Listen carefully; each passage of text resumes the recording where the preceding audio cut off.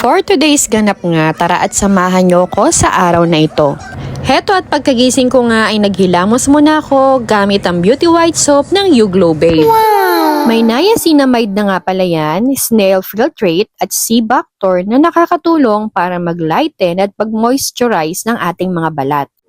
10 times whitening na nga pala yan, kaya nakakatulong siya makapagpaputi ng ating mga balat, syempre lalo kapag consistent ang paggamit mo. Micro-peeling din yan, kaya expect mo na magbabalat-balat ka ng very light lang. Ang dami nang sumubok at nagpatunay na effective ang sabon na yan, kaya kung hindi mo pa na-try, go na!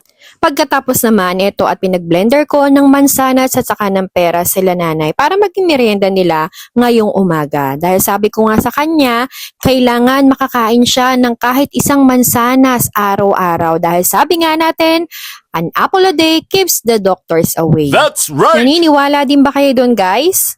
Mabuti na lang talaga at meron din kami ng portable na blender na to. Salamat sa nagbigay sa amin kung kaya napakadali na lamang gumawa ng mga shake na prutas. Nitong hapon nga ay inaya kami ni Papa Ray na umalis at may pupuntahan daw kami. Sinama na namin si Baby Raya dahil walang mapag-iiwanan sa kanya. At kainaman naman sa baby na to ay talaga naman tulog siya habang nasa biyahe. Gigising lang yan kapag nagugutom. O diba pagkataba na ng pisngi at ng muka?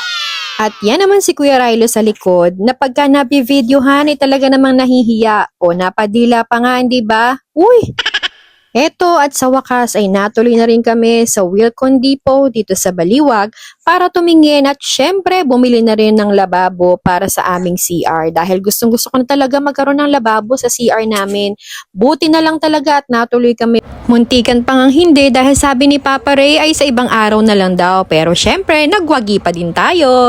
Heto at pagka-uwi nga namin ay binuhat na ni Lola Ganda si Baby Raya dahil nung nasa duyan siya ay naiyak-iyak pa pero nung nabuhat ng kanyang lola, eto at pagkatahimik o diba napatawa-tawa pa yan. Mukhang makalola ata. Alas 5 na nga nito ng hapon pero yung aking panganay ay naisipan pang maligo ulit at lagyan ko nga daw nitong Hegger Baby Bath Soak yung kanyang paliguan. Kasi alam nyo ba guys, meron siyang sipon ngayon at nakatulong itong Hegger Baby Bath Soak para mabilis na mawala yung sipon niya.